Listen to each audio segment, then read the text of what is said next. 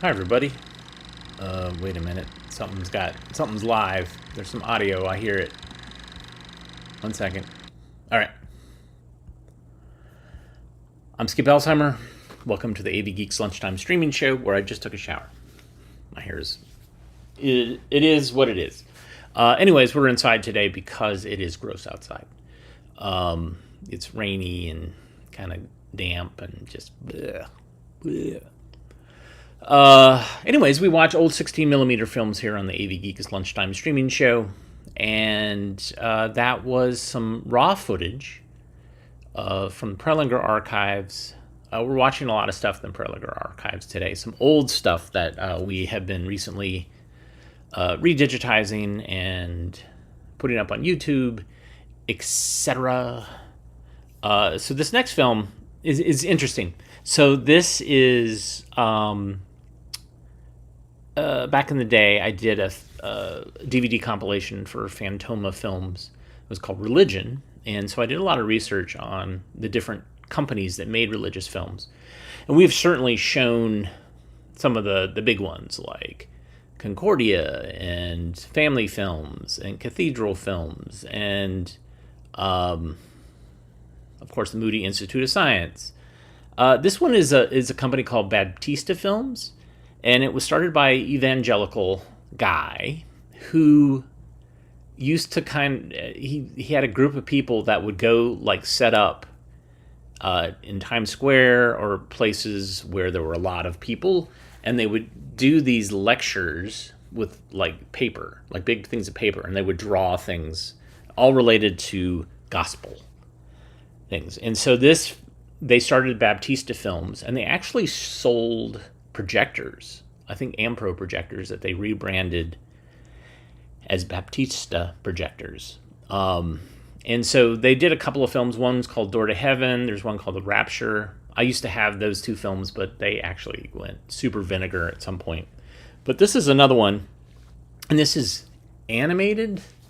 But what strikes me about this is the diction of the narrator and how he enunciates like there's a gun to his head. I mean, it is insane how he enunciates. So here's Gospel Dynamics. Enjoy.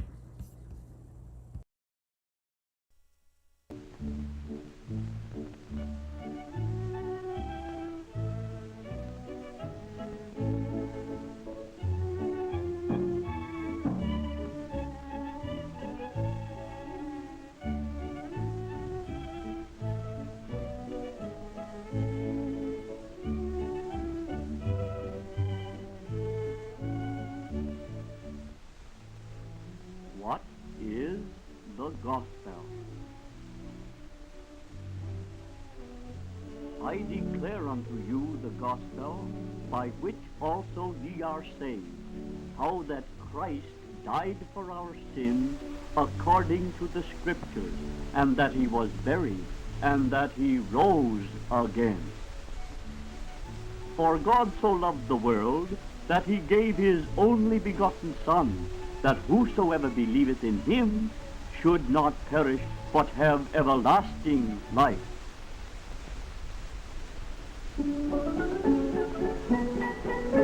We present you today, in a new sort of way, the greatest news of the hour. This graphic display is to show you the way the gospel has dynamite power. Now watch closely, my friends, till the whole story ends. What's this? A line's made a start. My, how nicely it bends. Now look there, my friends, it appears to be forming a heart. This heart in God's sight is so fine, clean and white, that Adam's own heart it must be. We read in the light of God's word, pure and bright, that Adam was sinless and free. God gave him a place as the first of the race, in a garden alone in his state. What care was revealed when there in the field God gave him a wife for a mate. In them was no shame, for God in his name created them sinless in grace. But rebellions to blame, They stayed not the same, for they sinned and they ruined the race. This blackness you see is sin's misery, staining our picture of white. For Satan was sly as he told his foul lie, and he darkened God's wonderful light. Sin shadowed the soul, till blacker than coal the hearts of the two came to be. So they shamefully tried their bodies to hide, making aprons from leaves of a tree. We read in Genesis 3:7, and the eyes of them both were opened, and they knew that they were naked, and they sewed fig leaves together, and made themselves aprons. Now Adam, you know, was sinful, and so we commence with him in our story. And we, here below, are sinners also. We've sinned and come short of God's glory. Our God in his love has from heaven above provided salvation supreme. Like a fawn-tended dove, it clings in its love to cleanse us and also redeem.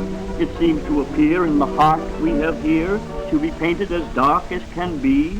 For the owner, I fear there is judgment severe. God's justice will not set it free. But whose is this heart that from God did depart? Let us watch, close as we can. Ah, a line's made a stop, and it's encircling the heart. And behold, it's forming a man. Now, to us, it is clear why his life is so drear, for knowing that blackness means sin, we know that this lad here at Jesus does sneer, for he is all darkness within.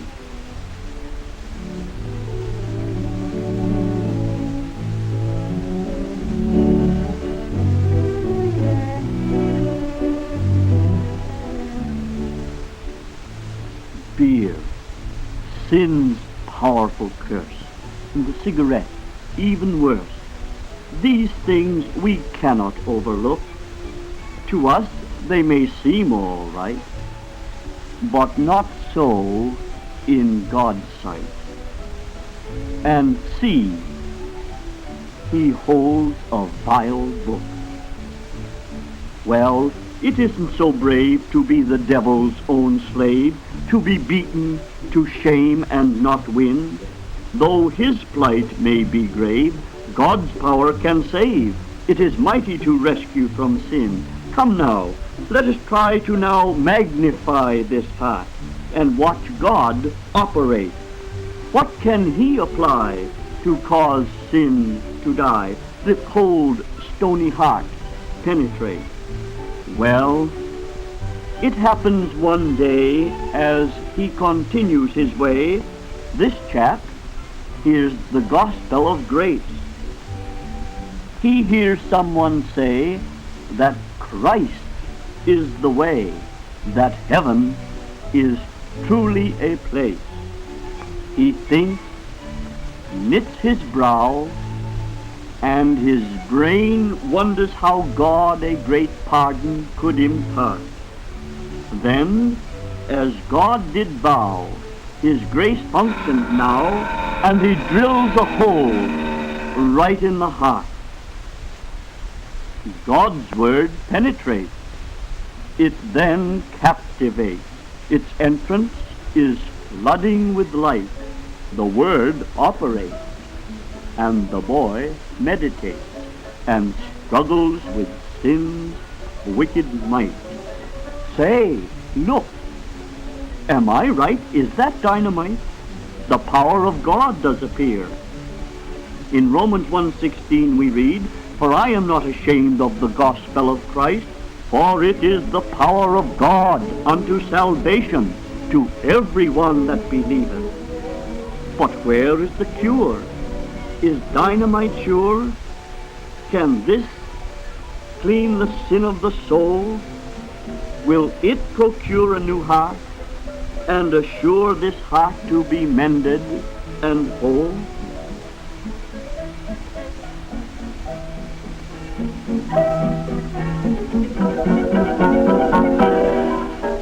There goes the fuse. There's no time to lose. Quick, run and get out of the way. It's grown now so small you can't see it at all. Watch out. There the thing goes. Now, friend, what could mean this wild blasting scene? The explosion that we have just heard. What's happened between our God, the unseen, and the boy? He's accepted the word. This isn't the new heart we sought from the start, but God's word we mustn't mistrust. He said he'd impart to the boy a new heart. It may sprout from this granite dust.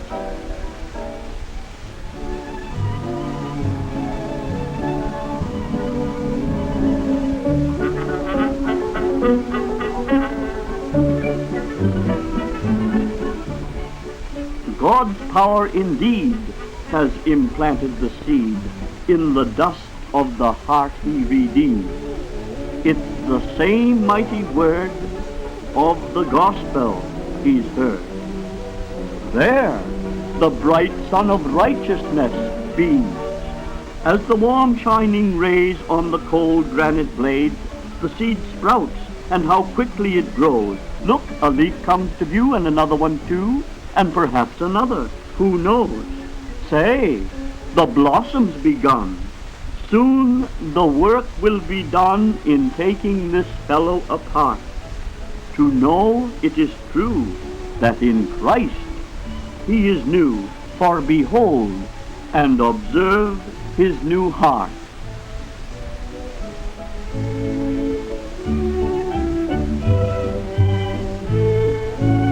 Like a beautiful tree, he bears, as we see, these fruits, all from heaven above, his joy and his peace, and his faith all increased to climax in glorious love. The greatest of grace that we can embrace is this love from Jesus alone. He's prepared us a place up yonder in space to share in great joy round his throne.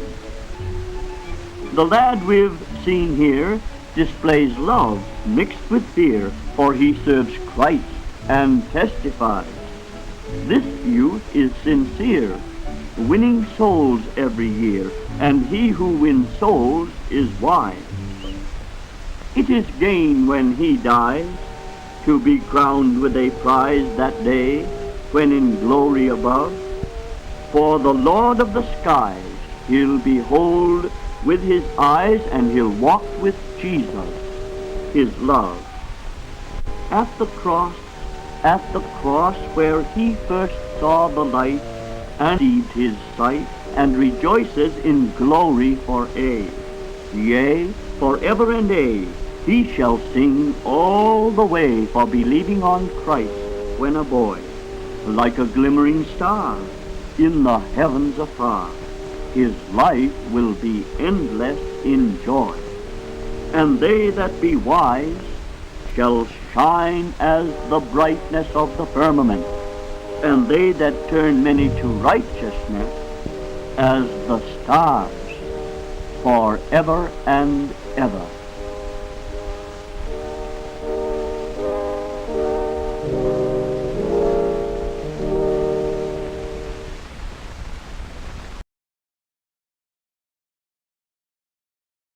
Wow.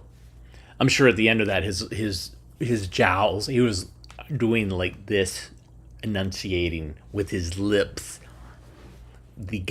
Well, how did he say gospel? It was weird. Gospel. I can't remember. So anyways, I looked this up, and I have a record that says it was from the Library of Congress. It's called Gospel Dynamite, which I don't think that's what. I think it's supposed to be Gospel Dynamics, and it got listed wrong in the Library of Congress. But anyways, this film, I think, was made in 1941. So that's fascinating. So let's see. Let's watch this. Sid Davis, our good friend Sid Davis, made the film Dangerous Stranger and then remade it 30 times over a period of time with different titles, and it all about the dangers of strangers. And he also made some other films, and in some of his early ones, I don't know, he teamed up with some illustrator who didn't really know how to draw, and I don't know if it's him. Like, I don't have documentation that talks about this, but there's a series of these films that were made for kids. This is called The ABCs of Walking Wisely, and they're great, but the illustrations, I'm like, really? You couldn't find anybody just a little bit better? So here it is. Let's find out where we are in the alphabet. Enjoy.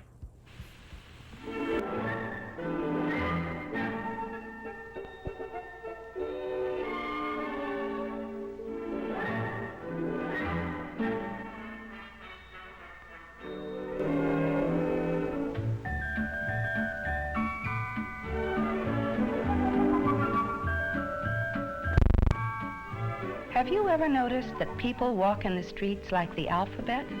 They do, you know. And that goes for grown-ups and children alike.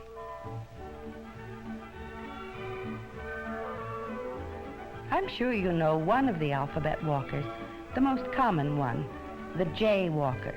He crosses the street anywhere he likes. In the middle of the block, he just walks into the traffic. The dictionary says that a jaywalker is someone who crosses the street carelessly without obeying the traffic regulations so that he is endangered by the traffic. And you know what a jay is? Well, besides being a bird, it also means a silly person. And that is just what the jitter-brained jaywalker is. Don't jaywalk. When you have to cross the street, always use a marked crosswalk or go to a street corner. Best of all, one with a traffic signal. Then wait until the light changes to green and carefully cross the street with the green light, always watching for cars that may be turning into your street. If you remember the rules and regulations of walking correctly in the street, and if you obey them at all times, you'll get an A in walking wisely.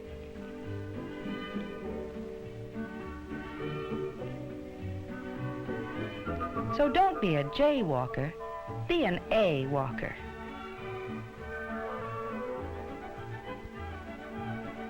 But the jaywalker isn't the only kind of pedestrian who doesn't know how to walk in the street. Have you ever seen the G walker? He is always gawking at something. Gee, he says, look at that, and that, and that. Gee. Goggle-eyed, the G walker gazes at all sorts of things, and he doesn't look where he's going. Too busy gawking at other things, the only thing he isn't looking at is the traffic. The only things he doesn't observe are the traffic rules. Always watch where you're going. Be alert and careful when you walk in the streets. You don't want to be a goggle-eyed G-walker. Be an A-walker, like Bill and Betty. Besides being A-walkers, they're also C-walkers. See how they walk in a street that has no sidewalk? They walk all the way at the edge of the road in single file and on the left side against the traffic so that they can see the cars coming and the cars can see them. Bill and Betty are real sea-walkers, for they can see all the traffic all the time and get out of the way if they have to. Always remember to walk against the traffic if you have to walk on a road that has no sidewalk so that you can see the cars coming. And there are lots of other alphabet walkers floating about in the streets, like letters in a bowl of alphabet soup or cereal. This boy is an I walker. He thinks that as long as he crosses the street at a street corner, he need only think of himself. Here I come, says the I walker. I am going to cross the street. And he steps off the curb right in front of the traffic. The I walker is inconsiderate, and he takes a big and dangerous risk. For one day, the car may not be able to stop in time.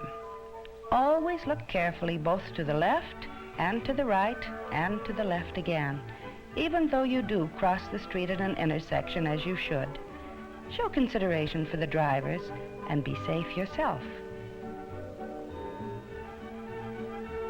don't ever behave like the ill-mannered I walker. And the inconsiderate I walker has a cousin, the K walker. You remember the legend of King Arthur in his Knights of the Round Table. There was the gallant Sir Lancelot and the courteous and considerate Sir Galahad. But there was also a knight who was nothing but a boastful show-off, Sir Kay. And that's just what the K-walker is, too, a conceited, cocksure clown. The street is no place for the carnival capers of the K-walker. If you want to do tricks or play games, there are lots of places where it's much more fun to do them.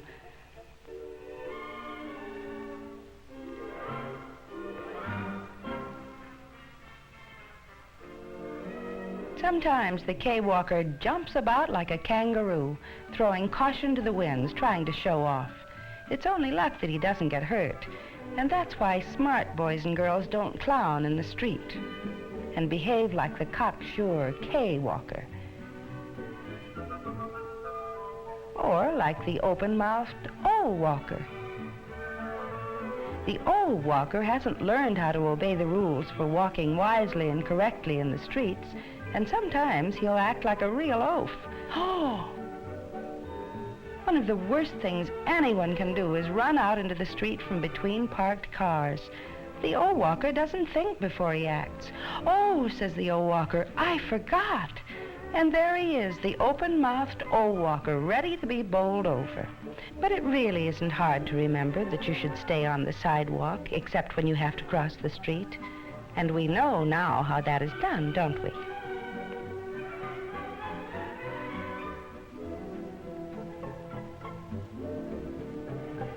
Down towards the end of the alphabet, we find another wild letter walker. I'm sure you all know him, the Y walker.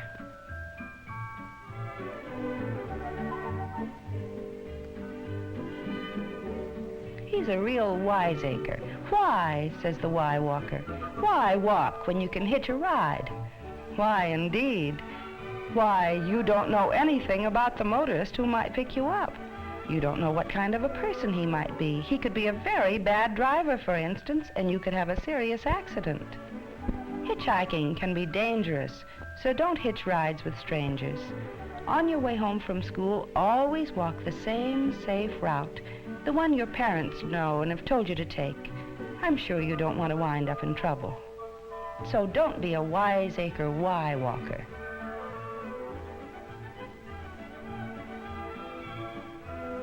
You see, in order to walk safely and wisely in the streets, you'll have to mind your P's and Q's. And if you want to be an alphabet walker, be an A walker, the first letter of the alphabet. Or you might end up as one of the last letters, the letter X, where X marks the spot over an ex-pedestrian. You too can get an A in walking wisely, like Bill and Betty. It's as easy as ABC. Just remember not to walk like these alphabet walkers, the jitterbrained J walker, who always gets into jams. Remember always to cross the street at a marked crosswalk or at a street corner with the green light. And here's the goggle-eyed G walker, who doesn't look where he's going. Instead of making sure he always can see the traffic and that the traffic can see him. And the ill-mannered I walker, who takes a dangerous risk by thinking only of himself instead of showing consideration for the drivers. And instead of looking to the left and to the right and to the left again before crossing a street, as he should. And the cocksure K walker, the show-off who clowns around and does silly tricks in the street.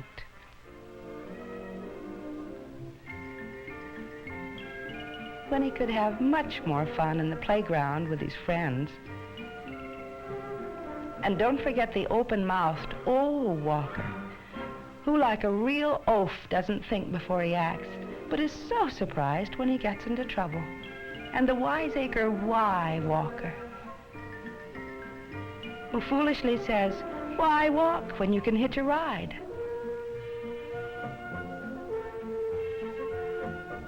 All those alphabet walkers still have to learn how to walk wisely.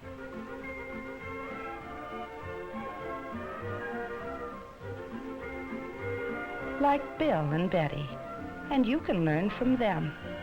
Be a letter-perfect pedestrian. Don't be a jaywalker. Be an A walker.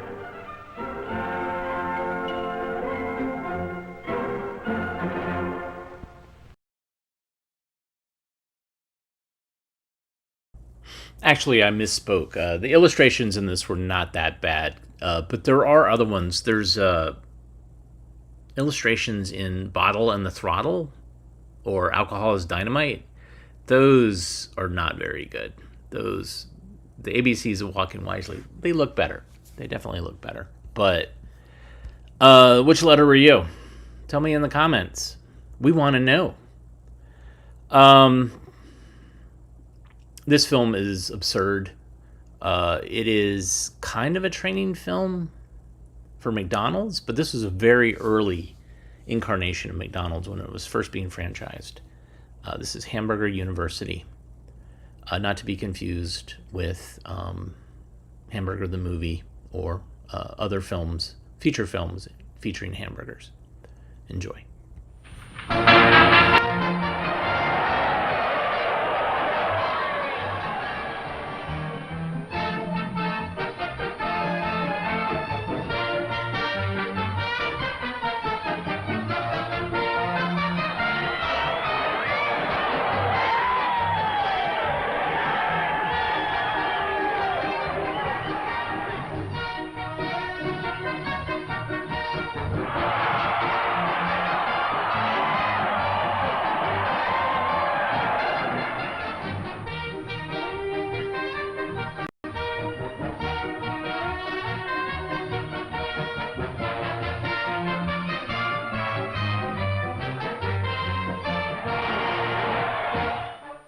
Hamburger, the all-American food. Oddly enough, its history traces back to the Russian Tartars. They scraped meat into tiny slivers, ate it raw, in keeping with their fierce reputation.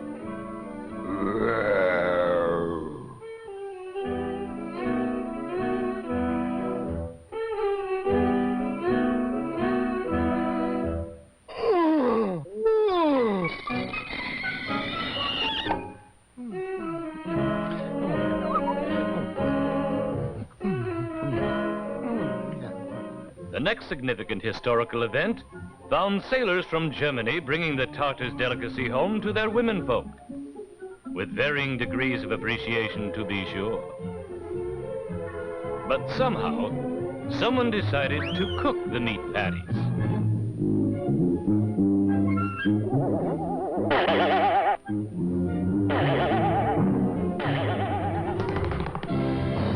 Well, it could have happened this way.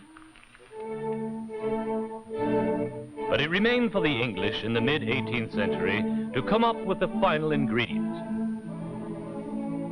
John Montague. You all know who he was. Well, he was the 4th Earl of Sandwich. Yes, that Montague. Well, anyway, J.M., on a winning streak in a 24-hour card game, became ravenously hungry, but would not interrupt his streak of luck to eat. I can't say that I blame him. Anyway, to solve the dilemma, this misguided gentleman ordered a slice of beef between 2 pieces of bread.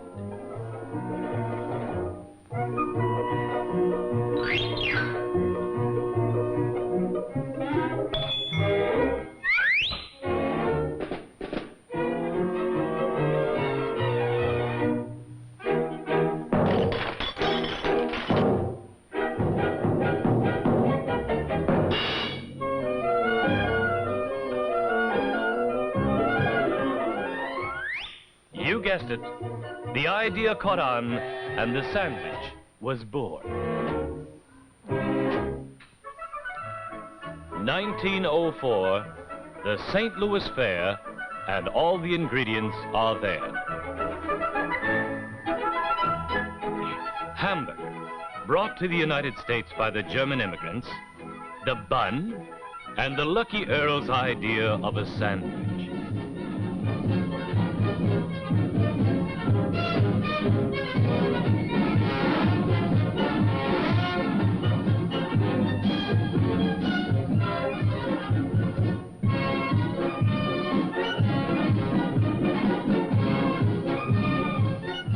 American ingenuity, and the hamburger sandwich is born. The hamburger. From this day on, Americans couldn't get enough of it. The average American eats 3.8 hamburgers per week. That adds up to about 182 hamburgers per person each year. Over 13,000 in an average lifetime. One restaurant chain alone, McDonald's, sells 1 million a day. The fact is that hamburger accounts for 30% of all meat sold in the nation. Whenever the demand for something reaches such staggering proportions, specialization develops, followed by educational curriculums tailored to meet the need. This situation is no exception. Hamburger University. Pardon me, sir. Haven't I seen you somewhere before? BB? Palm Beach? At the polo matches? No. I could have sworn. Well, anyway, Hamburger U, located just outside Chicago, Illinois, is operated by the world's biggest seller of hamburgers, the McDonald's chain of hamburger restaurants, to teach its operators and managers everything there is to know about the business. The curriculum is carefully designed to lead to a degree in hamburgerology, one of the newer sciences. Because McDonald's did turn the business of preparing and serving hamburgers into a science, they decided to teach it in the same way other sciences are taught, in a university. Basic courses include Hamburger 1, the analysis of meats, how to prepare them, how to ensure top quality in hamburgers.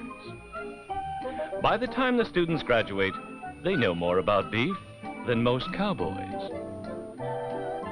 Another important course is French Fries 1, where students learn how to select the best grade of potatoes by using a space-age gadget called the hydrometer to measure moisture content.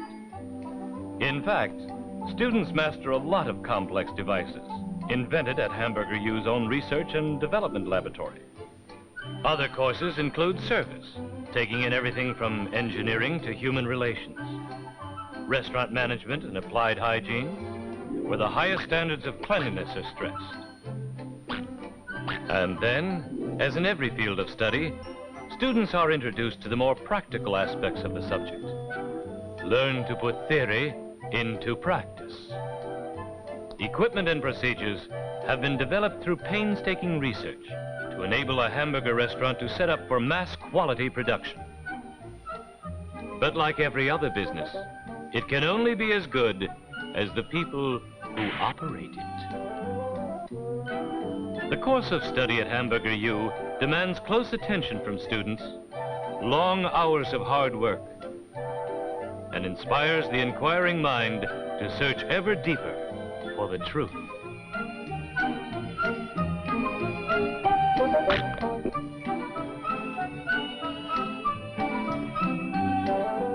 Every student hamburgerologist minors in French fries, because good French fries are as important to a successful hamburger restaurant as good hamburgers. Students even get into electronics, learn how to run the unique electronic cooking computer invented by the Research and Development Lab to take the guesswork out of timing and temperature. Cleanliness is one of the most important parts of Hamburger U training. At times, the thirst for knowledge becomes overpowering.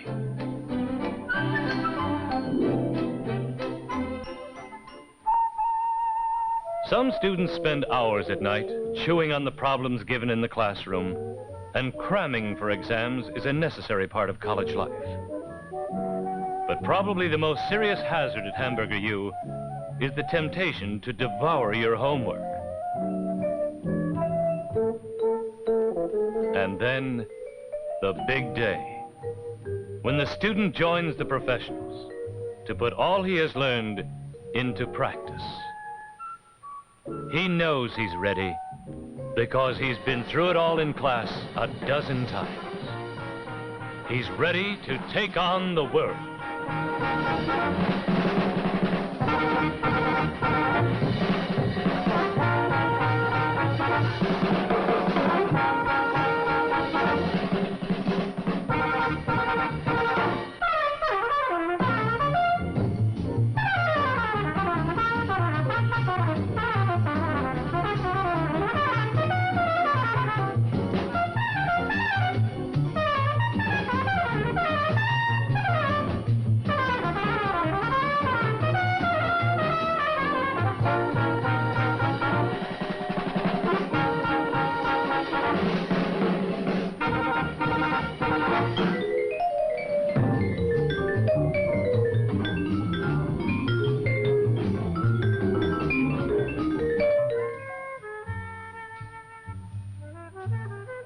The rigors of university life are many. Remove your beanie, chappie. Good. And the faculty advisor is often called upon to offer help and encouragement. Every student finds the road to graduation rough at times, but that old do-or-die college spirit sees him through.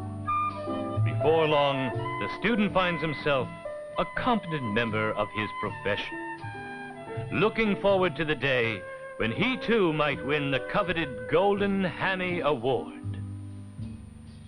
Whatever that is.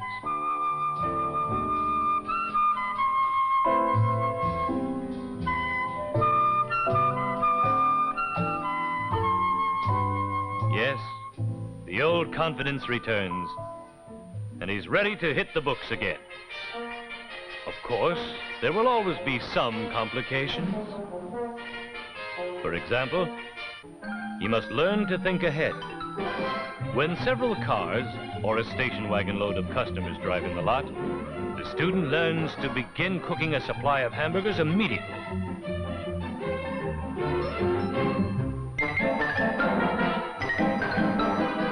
And of course, there are all kinds of people to deal with.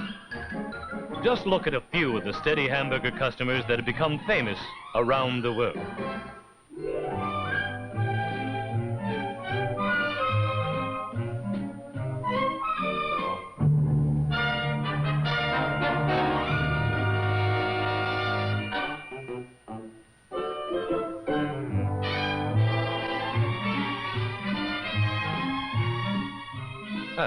Watch the fenders, Charles.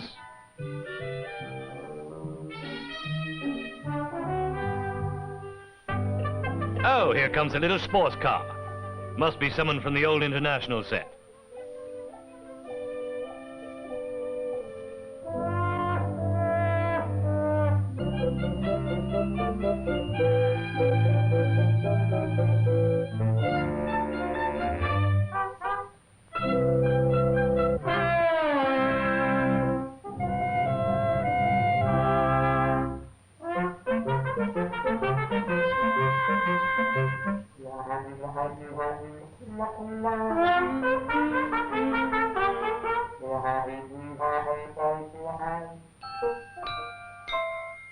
All in all, though, the majority of the hamburger customers are families just like yours and mine, who go out for regular treats to their favorite restaurant. These are the people that the graduates of Hamburger U will serve.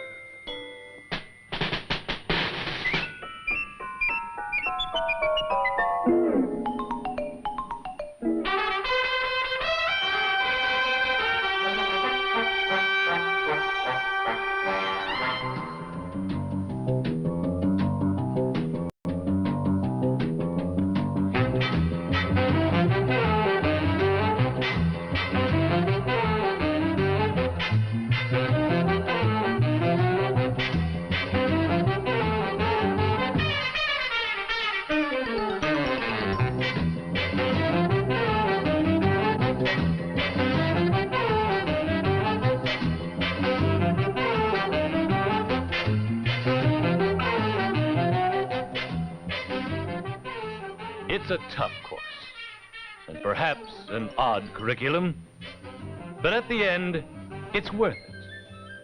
A restaurant of your own, and a degree in hamburgerology.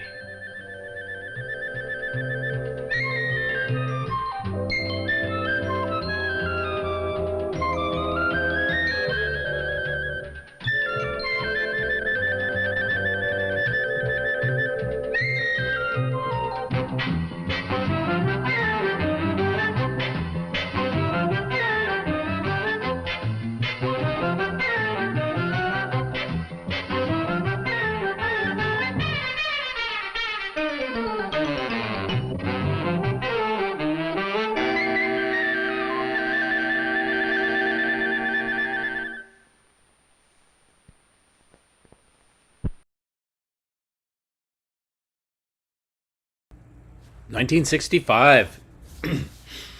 Only a year older than me. Wow. Can you imagine being the Hamburger University marching band or a cheerleader? I love it. It's an absurd film. All right. What time do we have? Okay. Let's watch this whacked out film about Frigidaire appliances. Out of this world. Enjoy.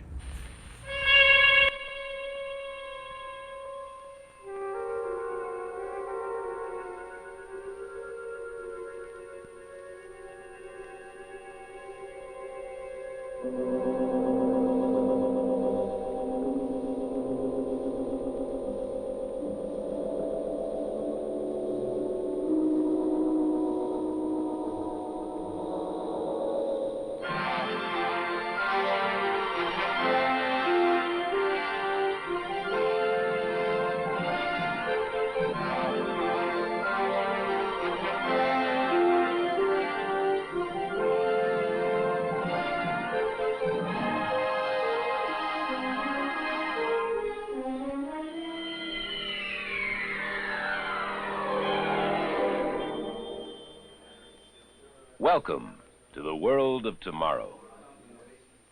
Climb aboard.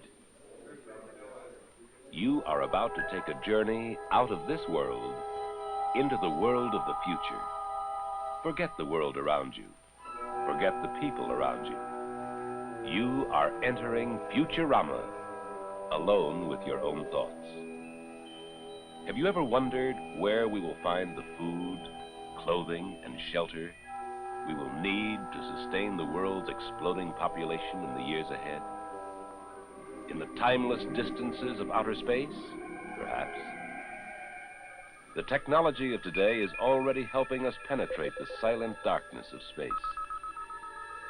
Man himself has taken the first tiny step into this vast unknown, and we can only imagine what resources will soon be brought back to Earth by these early pioneers. But what about our own Earth?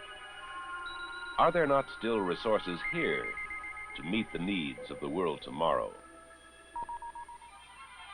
What about that great unexplored continent at the bottom of our Earth, larger than the United States and Europe combined? Already, Antarctica has become a great scientific laboratory for men of all nations to discover great new land areas rich with natural resources. Antarctica is but one area of great promise for the future. What about the others? What about the sea? We have long sailed its surface and fished its depths.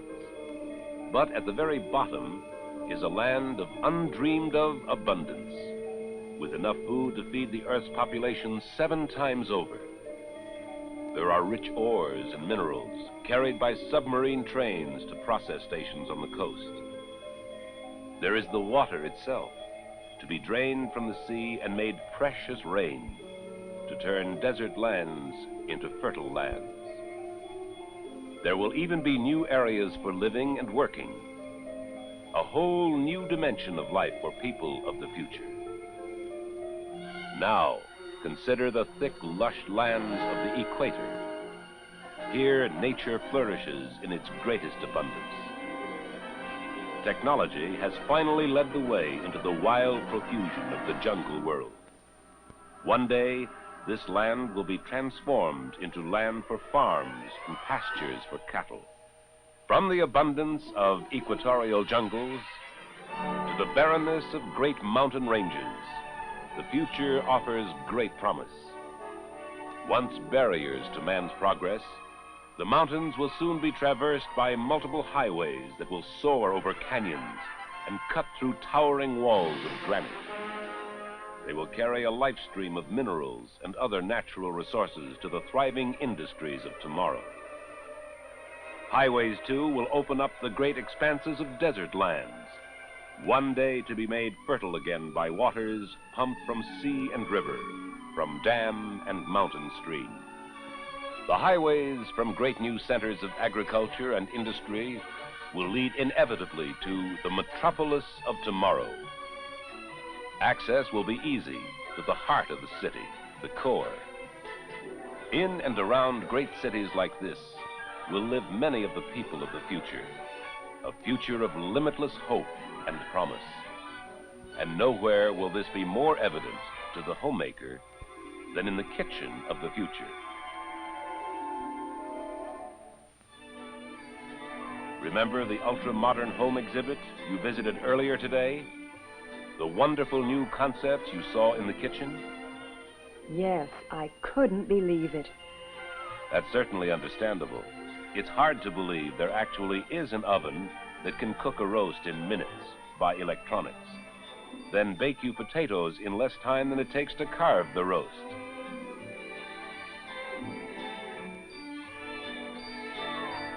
And remember that new idea for the family that enjoys casual living. A refrigerated cart, ready for wheeling into a game room or out onto the patio. Perfect for keeping foods and drinks cool for informal entertaining. Yes, that's a wonderful idea.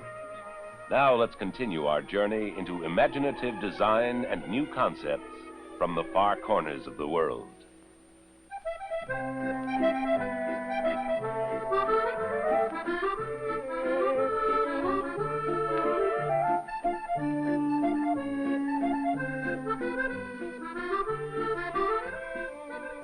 Why, it's just like being on the Mediterranean. Good heavens, I really am. How wonderful.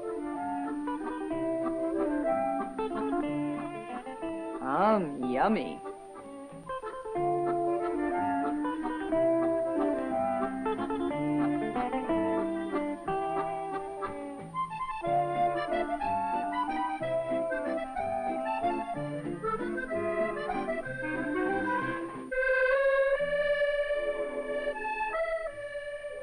Beautiful. And all that room for fresh foods, too.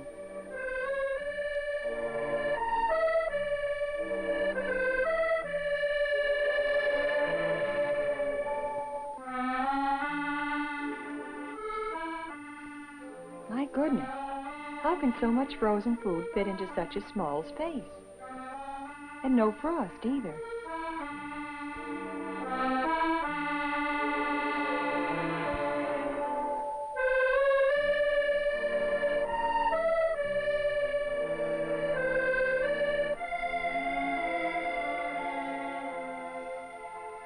Just look at how much this dishwasher holds.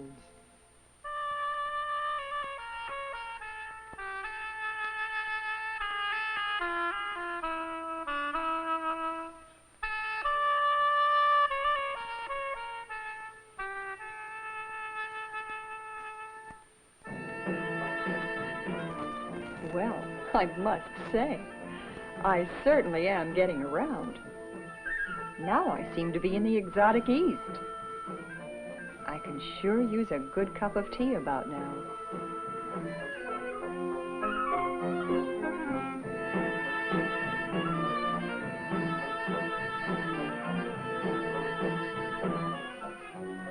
My, what a beautiful kitchen.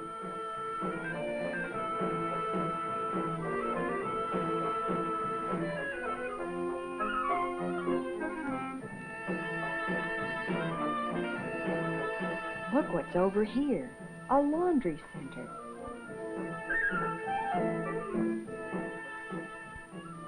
How convenient.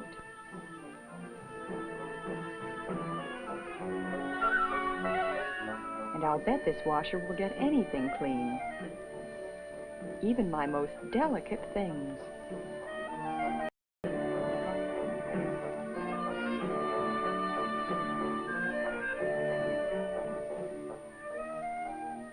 How simple these controls are.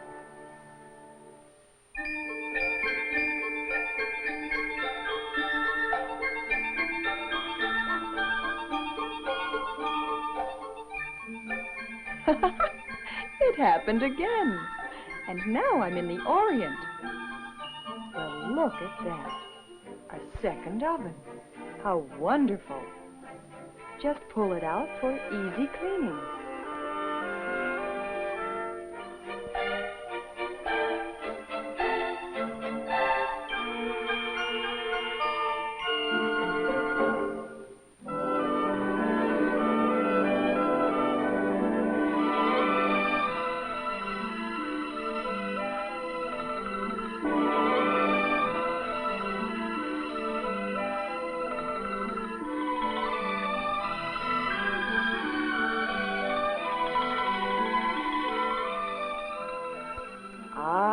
There's something I like. Lots of refrigerator space and frostproof, too.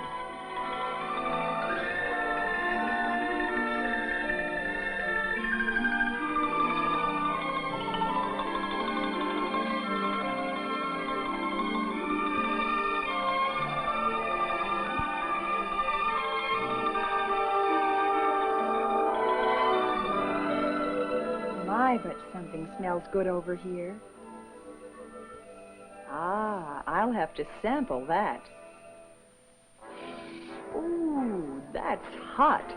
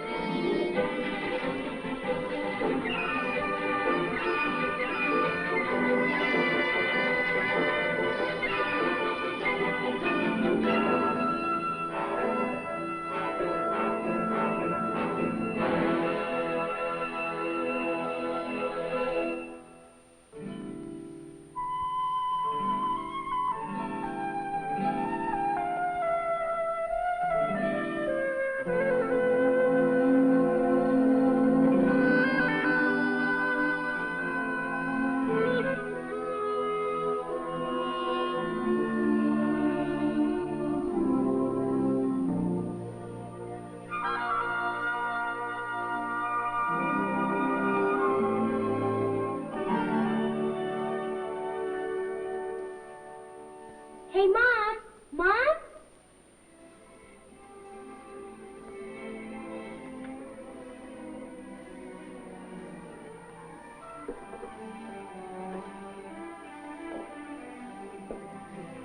What a day.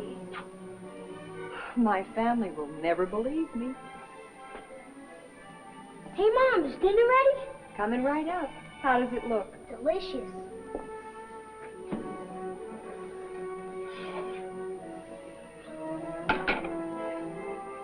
Hi, Dad. Honey. Looks good. I'll start the car, and you can tell us about going back to the World's Fair today. Did you have fun? I sure did. Everything I saw was out of this world.